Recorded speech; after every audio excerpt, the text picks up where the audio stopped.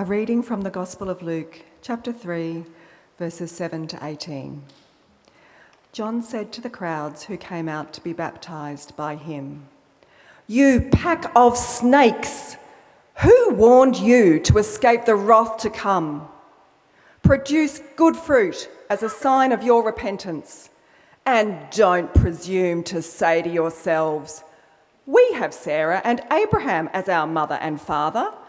For I tell you that God can raise children for Sarah and Abraham from these very stones. The axe is already laid at the root of the tree. Every tree that doesn't produce good fruit will be cut down and tossed into the fire." When the people asked him, "What should we do?" John replied, "Let the one with 2 coats share with the one who has none. Let those who have food do the same." Tax collectors also came to be baptised, and they said to John, "Teacher, what are we to do?" John answered them, "Exact nothing over and above your fixed amount." Soldiers likewise asked, "What about us?" John told them, "Don't bully anyone. Don't accuse anyone falsely. Be content with your pay."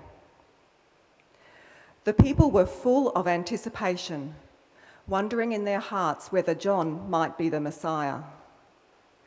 John answered them all by saying, "I am baptizing you in water, but someone is coming who is mightier than I, whose sandals I am not fit to untie.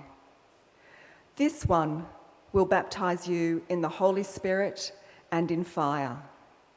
A winnowing fan is in his hand to clear the threshing floor and gather the wheat into the granary, but the chaff will be burnt in unquenchable fire." Using exhortations like this, John proclaimed the good news to the people. For the words of challenge and encouragement, thanks be to God. A reading from Reflection on Hope by Jan Richardson. On this strange path of grief, I have found hope to be a curiously stubborn creature. It is persistent. It visits when I least expected it. It shows up when I haven't been looking for it.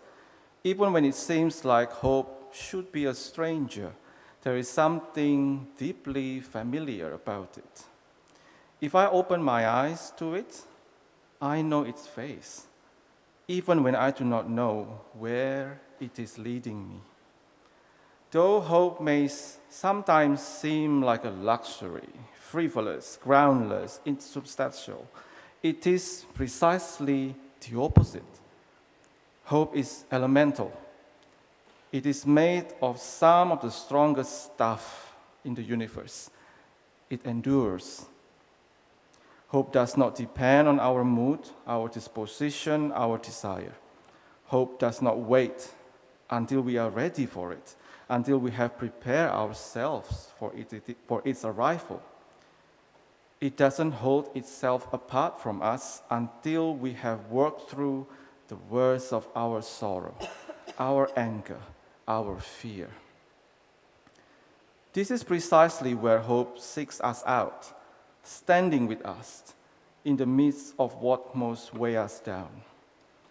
Hope has work for us to do. It asks us to resist going numb when the world within us or beyond us is falling apart.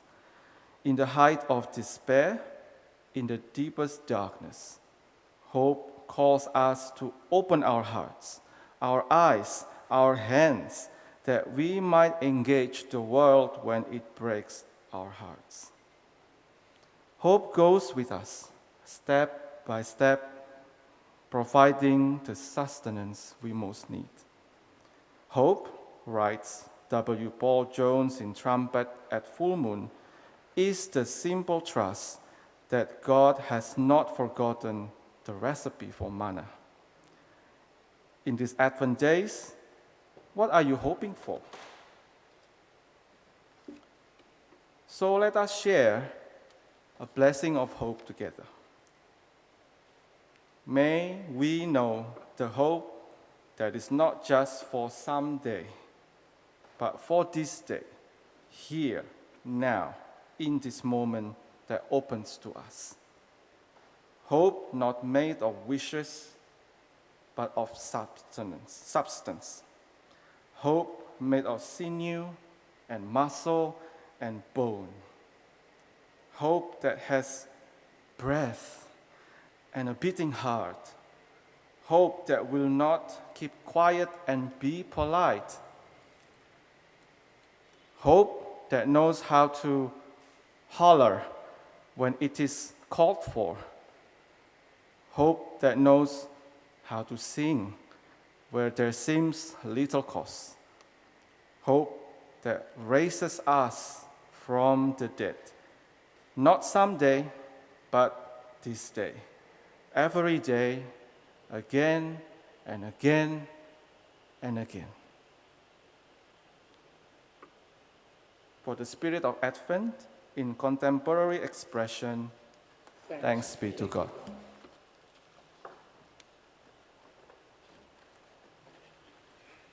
May I speak in the name of God, the source of hope, source of joy. Amen. Do you remember the 12 days of Christmas? No, I don't mean the song. I mean the times when the festival of Christmas began around Christmas Eve and ran through to the eve of Epiphany, 12th night. That's where the song, the 12 days of Christmas, comes from, of course. And the tradition, now long gone in many places where it used to be practiced, of putting up Christmas decorations perhaps on Christmas Eve and taking them down on Epiphany Eve before January the 6th. Today, in contemporary Australia, the Christmas season seems to start at the beginning of November, and Christmas is essentially declared over before the feast of St. Stephen, aka the second day of Christmas on Boxing Day. This year, this has been vividly illustrated close by to us by the creation of the wonderful world of Christmas, spelt W-U-N-D-R-F-U-L, World of Christmas. This opened near to us on the corner of York and Market Streets, maybe some of you have been there, on the 8th of November, and it continues and will finish on Christmas Eve, because the wonderful world of Christmas is essentially over by then. Now, the wonderful world of Christmas is complete with helpful elf pilots, who are mainly friendly students and backpackers who need a bit of extra money at this time. And it is billed, quote, as an epic animated walk through immersive experience and journey to the North Pole. Admittedly, in the heat of this not even proper summer yet, we might want that.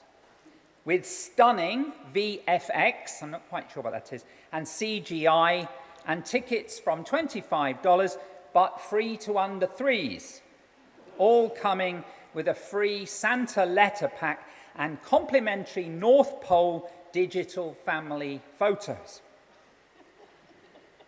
Well, after that advert, sadly, I have to say, especially for the point of view of the treasurer, I am not getting a commission. But what it does give me are three questions. Firstly, in the light of that, and many other such lively things around us immediately here and throughout our suburbs, what are our churches doing in marking the ecclesiastical season of Advent the way that we do? And secondly, as we do these things in the midst of this context, how are we engaging with the wider context and times in which we live? And then thirdly, and not least, what has the message of John the Baptist that we hear today to say to our world? Now, let me begin by saying that I am certainly not encouraging us to add to the somewhat tired old Christian practices of bemoaning the perceived materialism, secularism, and paganism of modern Western Christmases. In my opinion, they've always been there.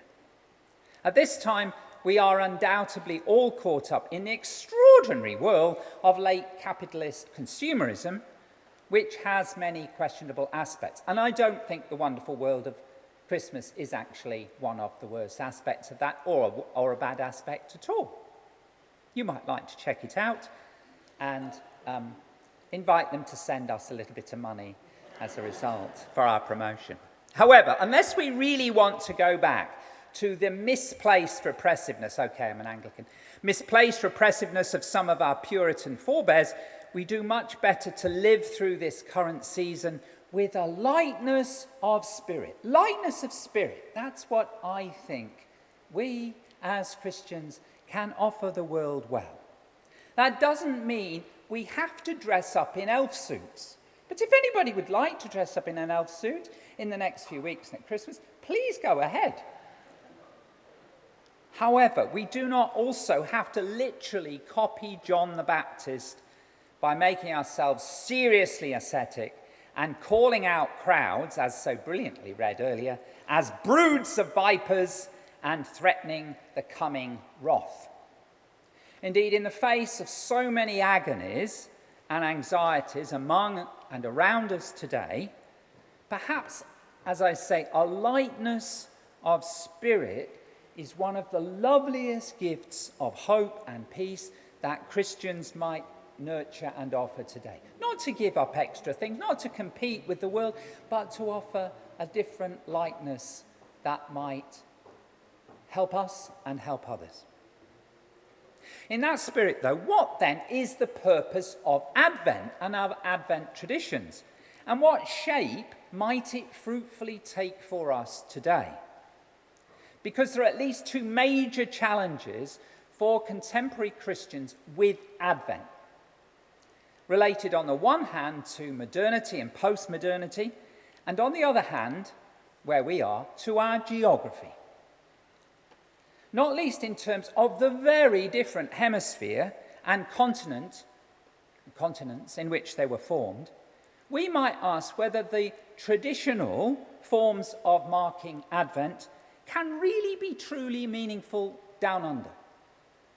Do we risk serving up ecclesiastical versions of cultures which, like the wonderful world of Christmas, may have some fascination and joy to bring to people, but come from very different contexts to our own actual realities in this place and in this time? Advent might then, if that's what churches can offer, be another more or less enjoyable contribution to Australian multiculturalism, like the wonderful world of Christmas and the North Pole. But does it take us deeper into the heart of our lives and our continent here today? In terms of changing times, the origins of Advent not only lie way back in ecumenical Christian tradition, at least as far back as the 5th century, but Advent was for centuries also tied up with penitence and fasting in order that, a bit like Lent before Easter, the 12 days of Christmas might indeed be fully festive, special, and transformative. Because if we don't let go of things, how can we receive new things? We just become satiated. So the mood was always somewhat somber, reflected in liturgical colours, which, like 3 of those candles, have mainly been violet or purple, but at times also black, and in some denominations blue, with the colour of rose that you see there reserved to bring a note of joy for the Virgin Mary especially, on the third Sunday of Advent. Furthermore, some of those of us who are a bit older may remember that we were brought up in days when Advent was an invitation to reflect upon what Christian tradition calls the four last things, namely death, judgment, heaven, and hell. To be honest, I think they are important themes, properly understood, and not least death, which we cannot avoid, which do need digesting at some times in our lives, and which need a place in our Christian year and in our spiritual practice. However, in more recent times, churches have deliberately shifted away from penitence, somberness, and ultimate things to values such as hope, peace, joy, and love, which we sang about today, albeit with a bit of confusion about which value goes where on which Sunday, especially in relation to the Virgin Mary, who's now shunted to next week. But what do we then do with these positive things, which are important to affirm as part of the Christmas story as well? But what do we do with the harder aspects of life, and the harder aspects of life that are embodied here in Advent, with which Christians sought to wrestle in the past, and not least the challenges that John the Baptist and the wider prophetic tradition puts before us, so that we don't get just lost into a festival of consumerism and blanking out the difficulties of our world. How does this sit with the need to locate faith, above all, for us in the context of country, as actually experienced here and understood too by its first peoples? Because if we are to reevaluate the value of our Advent traditions and reimagine them in new forms, then the season through which we travel now invites us, I think, like John the Baptist and the prophets, to fresh engagement with our context.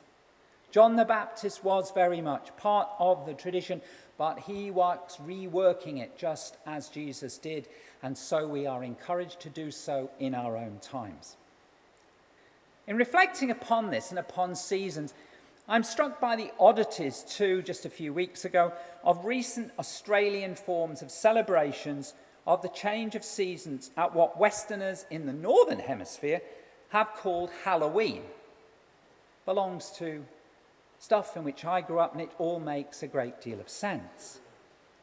At a time when the sun and the light are growing ever stronger, Australians seem to plunge back into talking about darkness, into light in darkness, which indeed resonates very well in other geographies, but I suggest less so here. Similarly, many of our Advent and Christmas spiritual symbols sit a little askance, do they not, with the realities of our geography and certainly our climate right now. Do we really want more light? Really, seriously, do we want more heat? Is darkness our problem? Of course, they still ring true in many ways.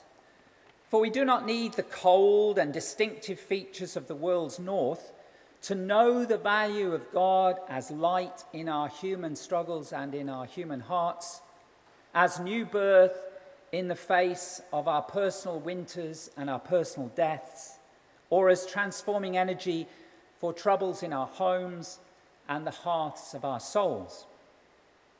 However, how in our context might we add to that and more fully embody the meaning of Advent hope and of Christmas divine spirit made flesh here and now in this place and in this continent? Advent, like the other liturgical and lectionary seasons of our church, is part of our profound human need to give meaning and purpose to the transformations of time and place. And that's why we have other holiday seasons around us as well, like Hanukkah in the Jewish tradition, or other festivals which seek to consecrate and find meaning and allow us to travel into different stages in our lives and in our soul journeys. But Advent is not fixed, but is open for us to reshape afresh with stories, songs, and spiritual themes of our own. And that's why I love the work that Shirley, Erin and Murray has done over the years, and Ruth Duck in some of the songs we sing today, which try to reimagine and re-express what Advent might mean for us down under in New Zealand, Australia, and elsewhere. We do so in dialogue at best with the wisdom and rhythms of the place and the spirit of the country in which we live.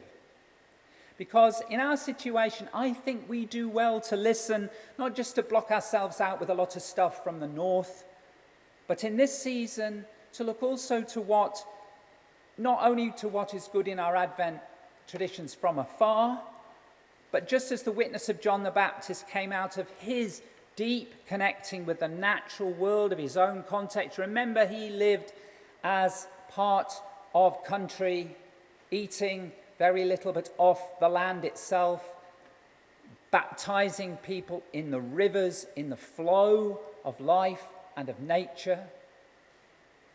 How do we do that in our own context, in our own spaces? How do we listen to the deep textures of hope, peace, joy, and love woven in the climatic patterns, the celestial events, and the ecological phenomena in which we live and move? That is what it is to be faithful to Jesus and John the Baptist, not to just repeat things that have been shaped by the North, but to do so in our own ways. So instead of primarily offering each other extra light and heat at this time, we might therefore particularly seek to offer one another shade and shelter, rest and cooling and balm, maybe fewer candles and more cups of water. That's also biblical. And we might reflect more deeply on what the Darug social enterprise Muru Mitaga names as Gadalung Maru, the hot and dry season. This is the season in which we live. And the meaning for us and for other created beings of clear skies with occasional storms, of parched and changing earth, and the sense of stillness that envelops the landscapes together with the cicadas. This season, Gadalung Maru, Aboriginal peoples of Sydney have long known and practiced, is a time for storytelling, for ceremony and spiritual renewal. It's not so far different from what Advent's about, but maybe we need to bring these things together and tell fresh stories and do our ceremonies together. In that sense, it is a period which resonates in a number of ways with ancient Christian traditional patterns of Advent, but also in quite different ways. For as the Darug have also named, this is a season of Bayin Gura, of cool getting warmer. This is a time for preparation, indeed, in Darug law, but not so much in traditional Advent terms, never mind the wonderful world of Christmas, but as a time of drying and weaving. Literally, as well as metaphorically, drying the leaves of our dianella plant. Perhaps not so much putting a fir tree from the North Hemisphere in our places, but taking some dianella plants, the native flax lily, which blooms around this time, and weaving them into string nets, baskets, and traps. Because you don't want to be rushing around in this weather, but you can do some useful work, which will be of help now and for the future. And in Darug culture, this is a time too for the dianella berries, which, like Advent, also make the colour purple, a purple colour dye, and which may be enjoyed fresh or cooked into sweet and savoury dishes, and the dianella plant root, which may be roasted for eating, which are other beautiful Advent and Christmas resonances for us, aren't they? But they connect more deeply, I think, and enrich country. Not because we need to reject the Northern Hemisphere and all that is in our multicultural traditions in Australia, but so that it is better grounded in the place and soil where we live. So how will we then better listen in our own ways and as church together to the spirit of country that is here, by storytelling, by ceremony, and spiritual renewal as we approach our celebration of Christ's birth, just as the Darug have done for countless generations in this place. Perhaps the heart of the matter comes in another, arguably the central feature of First Nations spirituality, which resonates so strongly with John the Baptist and the great prophets, which is why people like Uncle Ray Minikin say the Hebrew Scriptures and John the Baptist are like Aboriginal people, because it's about relationship. That is what John the Baptist affirms so strongly: true, just, proper relationship. Because thirdly, if we're to renew our Advent spiritual practices and engage more deeply with our context, then it has to come through a deepening of relationships. This is the heart of what John the Baptist is saying. Don't worry about some of the imagery. What he's trying to get back is to true relationship with all that there is, with what Aboriginal people call country, with one another and the circumstances in which we live, which involves a greater sharing of love and justice. It is in divinely shaped relationships that we find our true hope and peace. That's what John the Baptist says. That's what the true law of this land has always said. And that is what we are called into as Christians and others in this land today. For if we might understandably balk, I don't know about you, but balk a little bit at John the Baptist's opening salvo of words, because I don't know about you, Alison did it brilliantly. We took a step back, didn't we? What's happening here? What is Alison doing to us? But it's not Alison, is it? It's John the Baptist. It's also God. God is shaking us up. His words towards the crowds are a shock. But we have to receive it ourselves as a call to receive and enter into deeper relationship with the people and times in which we're living. That's what John the Baptist was about. After all, unlike the wonderful world of Christmas, John the Baptist was not selling tickets at $25 each, but he was selling them in God's free grace and inviting people into a different space and a different experience. So if you don't mind the pun, rather than VFX and CGI, John the Baptist was using baptism in the river, literally as well as metaphorically, also to invite people into an immersive experience. Crucially, this is an experience of more just and loving relationships with God and everything around us. Thus, John the Baptist offers us very practical advice for our Advent season. If you have 2 coats, or if you've got 2 houses for our housing problems, or anything else that you've got extra, give them to those who have none. If you've got a bit of free money, give them to Act for Peace. If you have food in abundance, share it with those who have none. If you have power of any kind over others, like the soldiers who come to him for advice, John the Baptist says, treat others with dignity. That's what Advent calls us to. That's the gift of this season.